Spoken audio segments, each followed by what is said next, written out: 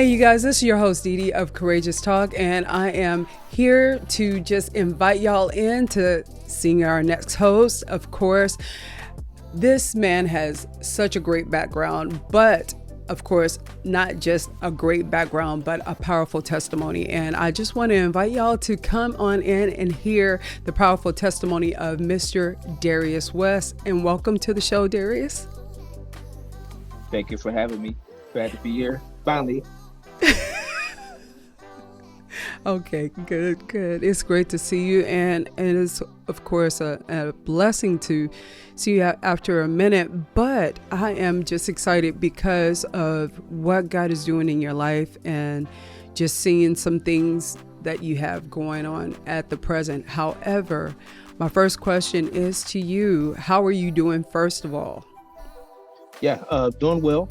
2023 has been a great year, a setup year for what we're planning for 2024. Of course, this year is and has been the 50th year of anniversary for hip hop, and so it was important for us to release the film that a lot of people are hearing about and seeing about this year with Warner distribution. So that was important for the significance of the film, but also the significance of the industry and what it entails and being something that's groundbreaking.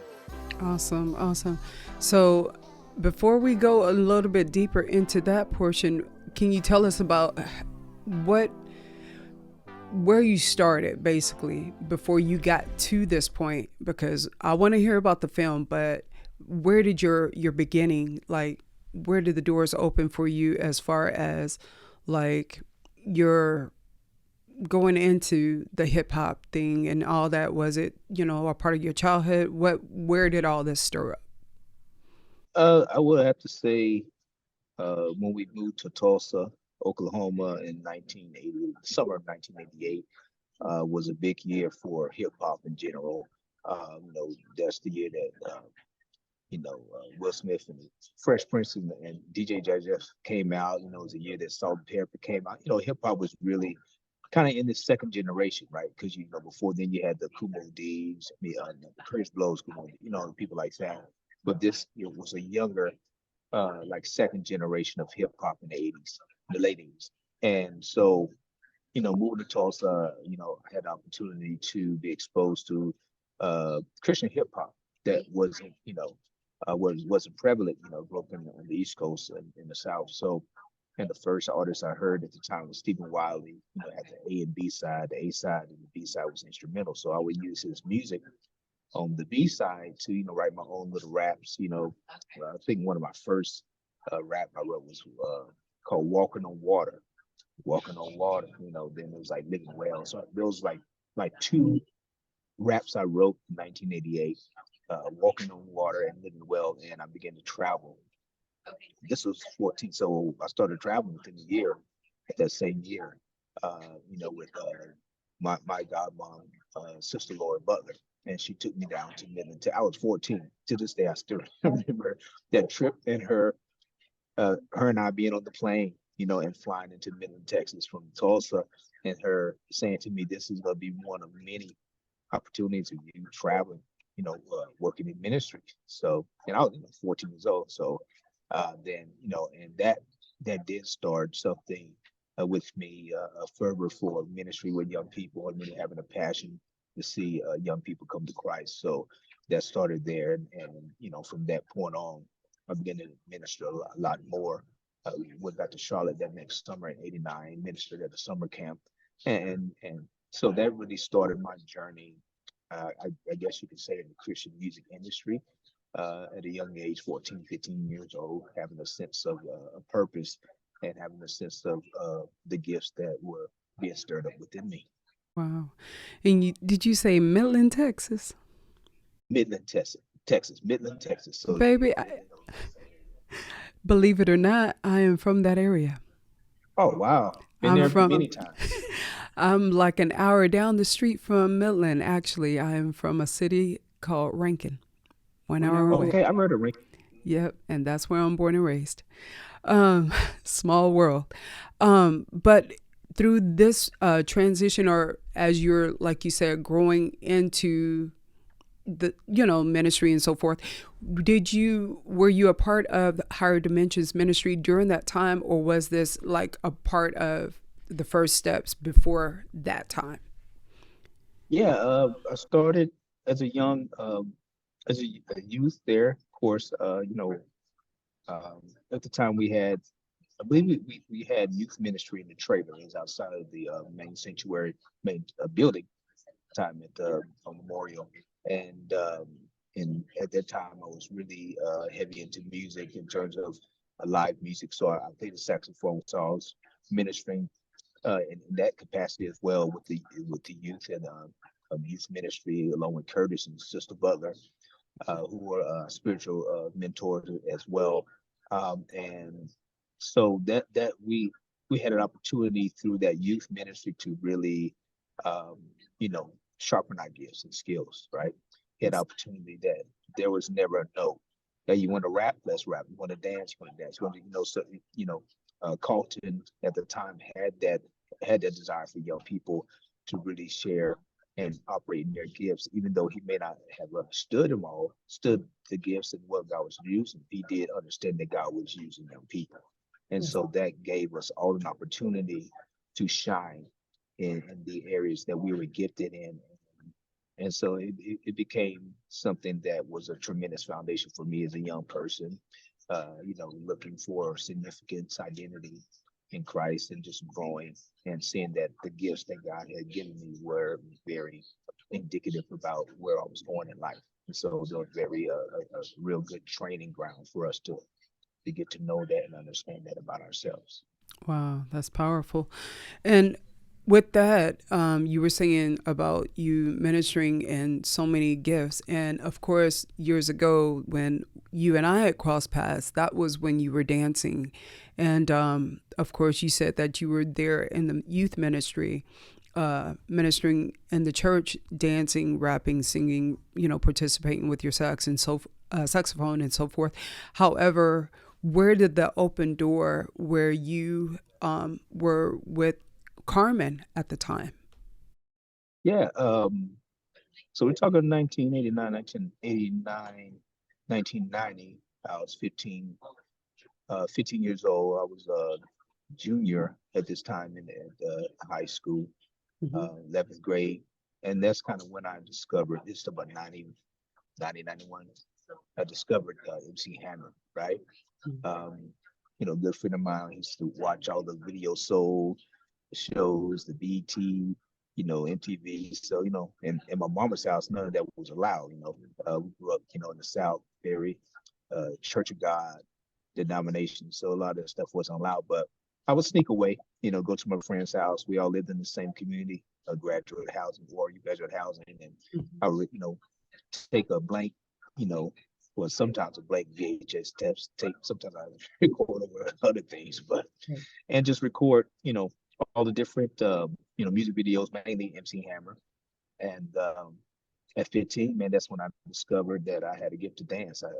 It was something I never was trained to do or inspired to do or aspired to do. It just kind of, just being obedient in that season of my life. And so my senior year, the beginning of my senior year, I choreographed my first dance at high school for a talent show. And it was me and probably like 5 or 6 girls. No guys wanted to dance, of course. It wasn't cool to dance back then. But so I did my first choreographed piece. It was to BB and CC Winans, like a bridge on the troubled waters, and we won the talent contest. It was great, and that kind of that started the birthing of what was eventually become the dance ministry at Higher Dimensions, called Steps of Praise. Wow. And so, but it for me, it was all about what season was I, what was God showing me, what was God stirring within me, the gifts that I needed to recognize, Mhm. not only recognize, but to uh, move forward in those things and seeing how God was going to use it. And Mhm. so I met Carmen because of that, because at 16, 30 years ago, really, we were doing, the Christian production. And, I was singing, we were singing, with rapping, dancing. And, prior to this, 16 years old, some years prior to moving to Tulsa, I would say we took moved to Tulsa in 88, probably 84, 85, is when my mom introduced me to Carmen's music. I had one of his first cassette tapes called Radically Saved. It was very instrumental to my childhood at the time. And so I would always tell my older brother, Manuelo, I'm gonna know this guy one day. And he laughed it off. You're like, hey, you crazy. And so it was, from a prophetic standpoint, it was more so like I had this childlike faith, like, man, I'm supposed to be connected to this guy somehow. I don't know how or why, but I knew it was going to happen. So when Carmen did approach me some 4 or 5 years later, after we performed.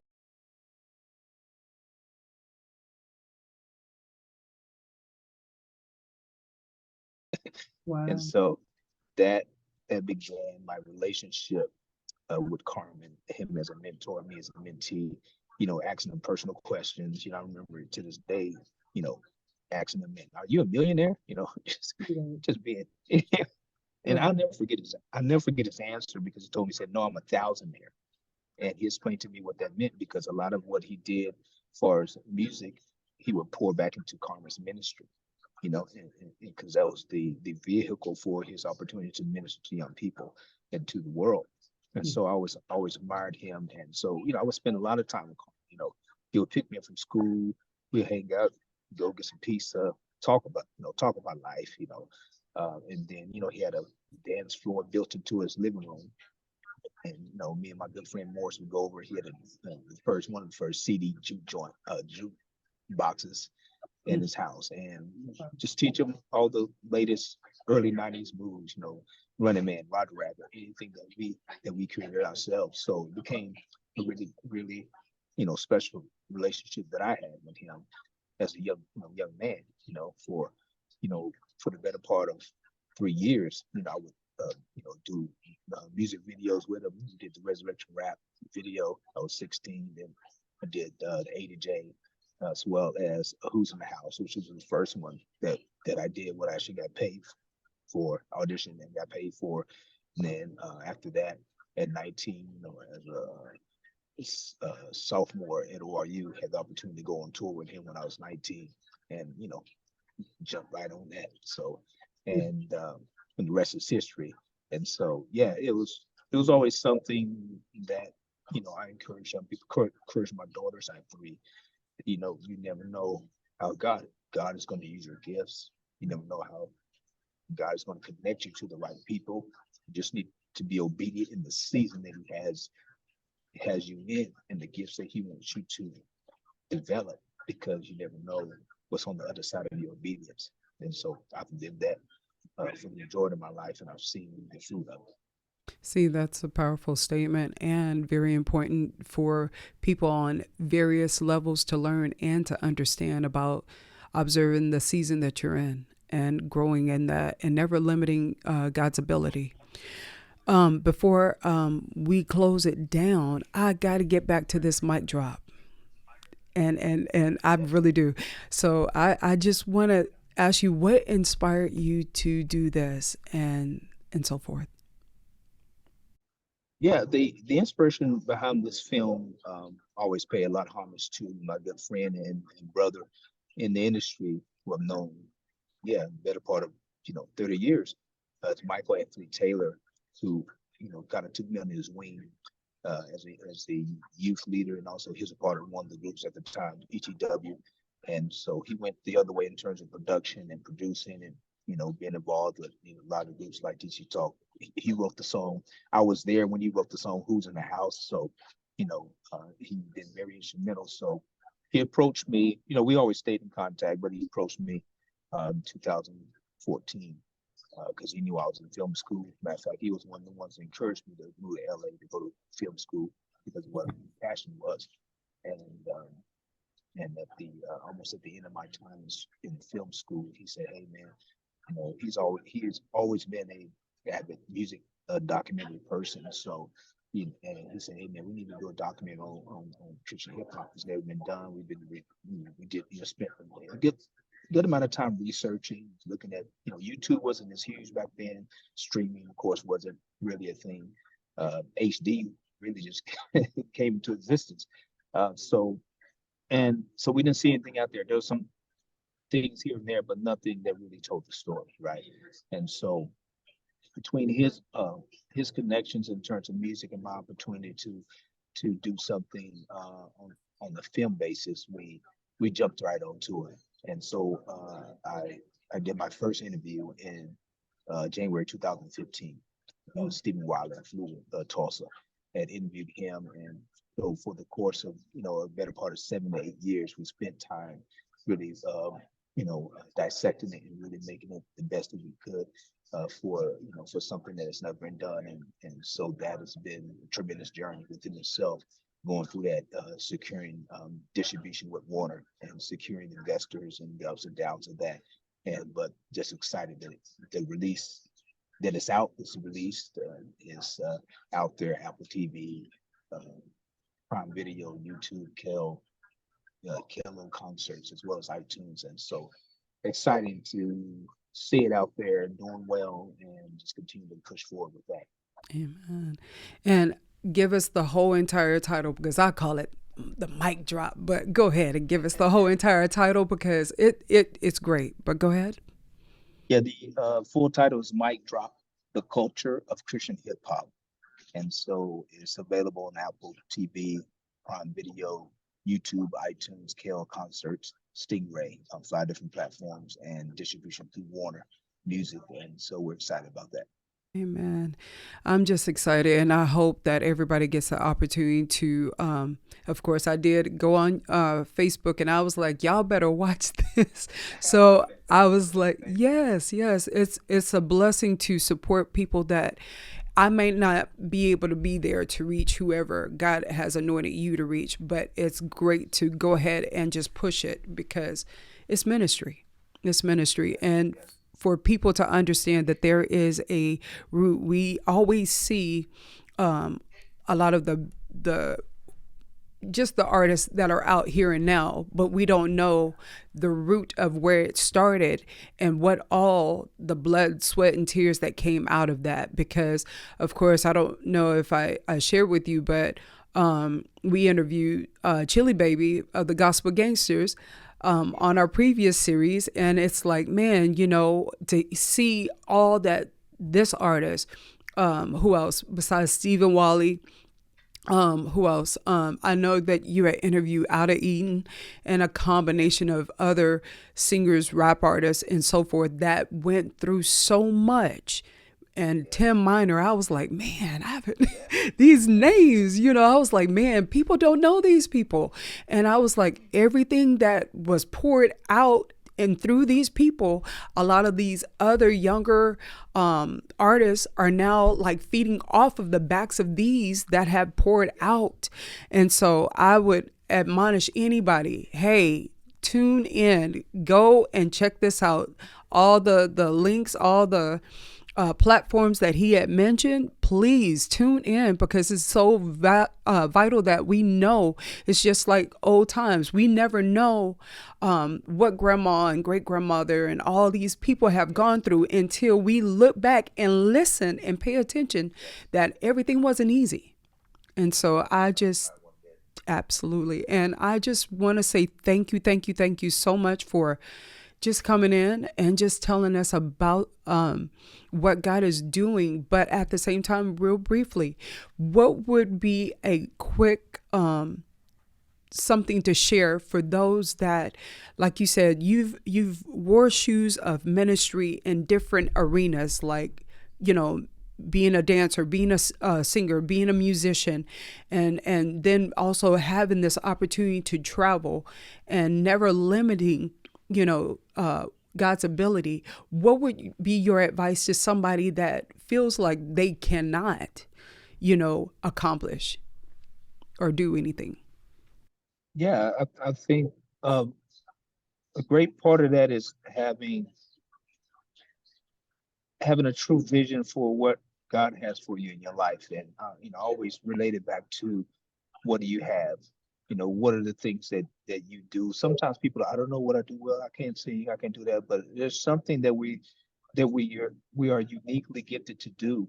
It may not be, something that's going to be out in front. It could be behind screens, or it could be behind closed doors, or what have you. But what is that one thing or things that God has gifted you with? You know, uh, Dr. Miles Monroe was a great spiritual mentor of mine. I remember him explaining the difference between corporate vision and single vision. Mm. For there are certain people within a generation who God has given a corporate vision for, and that corporate vision includes other teams of people to make that happen, right? If God's called you to build, a big church, it's going to take, you know, plenty of people to make that happen. But there are people who've been called just to be, not just to be, but you've been called to be a lawyer or a doctor or a secretary or a teacher, and you need to be sure in what God's called you to. Because it doesn't, it takes more people to make a corporate vision happen as opposed to something that's more viable on the terms of, single vision. But you need to determine from that standpoint, what is God's vision for me? Is it something that that I could just go to college for and complete, or or is it something beyond just me to where it impacts generations?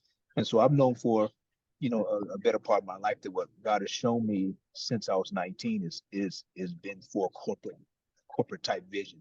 And so that has made me understand that my purpose and what I see and continue to see is never about me, but it's about for the people, right?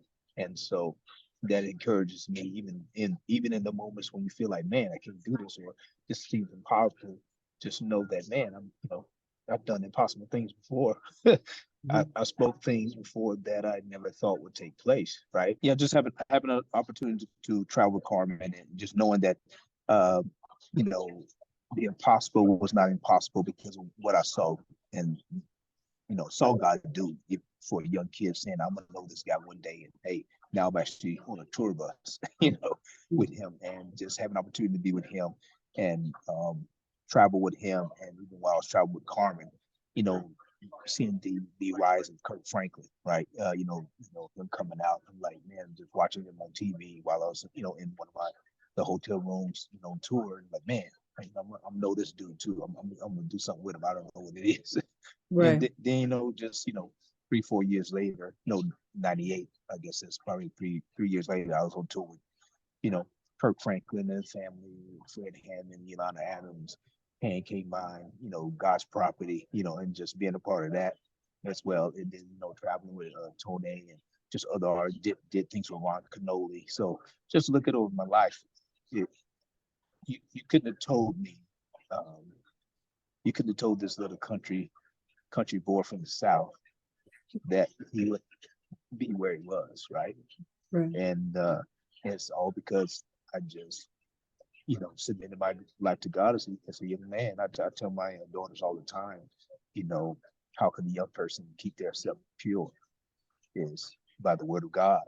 And Ecclesiastes 12, one of my favorite passages is, know your creator in the days of your youth before the difficult days come. So I've always seen youth as an opportunity to know God and get to know God, because that's what he wants to give you vision for your life. That's when he wants to reveal to you where you're going. You look at people like David. He knew he was going to be king when he was a teenager, right? Look at people like Joseph, who had dreams about him being a leader, right? When it was a teenager, and seeing it happen within 30 years, he was, second command of Egypt, as well as David, that process. And so I really, really instill into my daughters, know God now, because he wants to show you who you need to be in the next 20 to 30 years. But if you're wasting time, 20, 30 years go by, then God says, you know, you still got the time that you're on earth. You still have to leave at a certain time. You just don't have a lot of time to catch up, right? And so I really encourage young people, know God now. Find out what he wants from you now, because you don't have time to waste time. Time is of the essence, and time is all we have. Absolutely. Boy, you just did a whole sermonette. Yes, indeed. But that's so powerful and very, very true. And I just want to say, we will support and continue to support whatever God has placed in the ministry that God has anointed you to do. And please don't hesitate to let us know what's going on so that we can help spread the gospel, of what God is, doing through you and through your ministry to others, because it can help so many people. And once again, we're just so proud of you and what God is doing at the present. Of course, like you said, so many things that we've labeled and put down like, oh, I can't. And then this transition of, being transformed by the renewing of your mind, and just saying, no, I can do all things through Christ. I'm not going to limit God's ability. I'm not going to limit myself or my self-worth or my value of, sharpening this skill, sharpening that skill. It may not be now that God might want to use me, but in due time, let me just continue on. Because, you were talking about David. He was sharpening his skills off in the field before he got into the kingdom or inside of a building.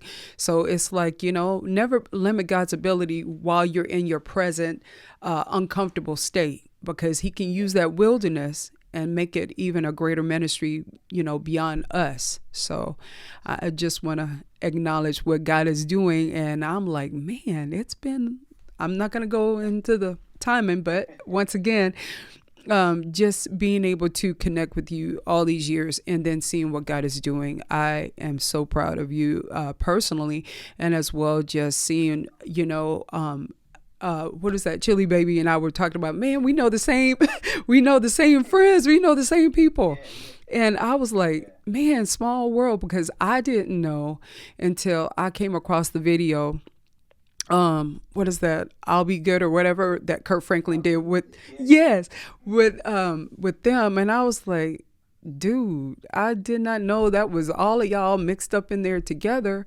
And, was that Dalen Collins? I had interviewed him like a couple of months ago, earlier the year. And I was like, small world. So yeah, and actually, it's just a blessing. It's just a blessing. But I want to say thank you so much for sharing such a powerful testimony and then words of wisdom to myself and to the audience, because we need to be reminded of these things. And a lot of times, to not allow whatever God has placed within us, and I think I mentioned this to you recently, that we shouldn't let your gift lie dormant, but let God stir it up and just continue to just trust God with it. We don't know what to do with the baby, but we'll go ahead and trust God with that baby and just surrender and let God just, continue to nurture and grow us up to who we need, to be as a man of God or a woman of God. So I just want to say we celebrate you and what God is doing. And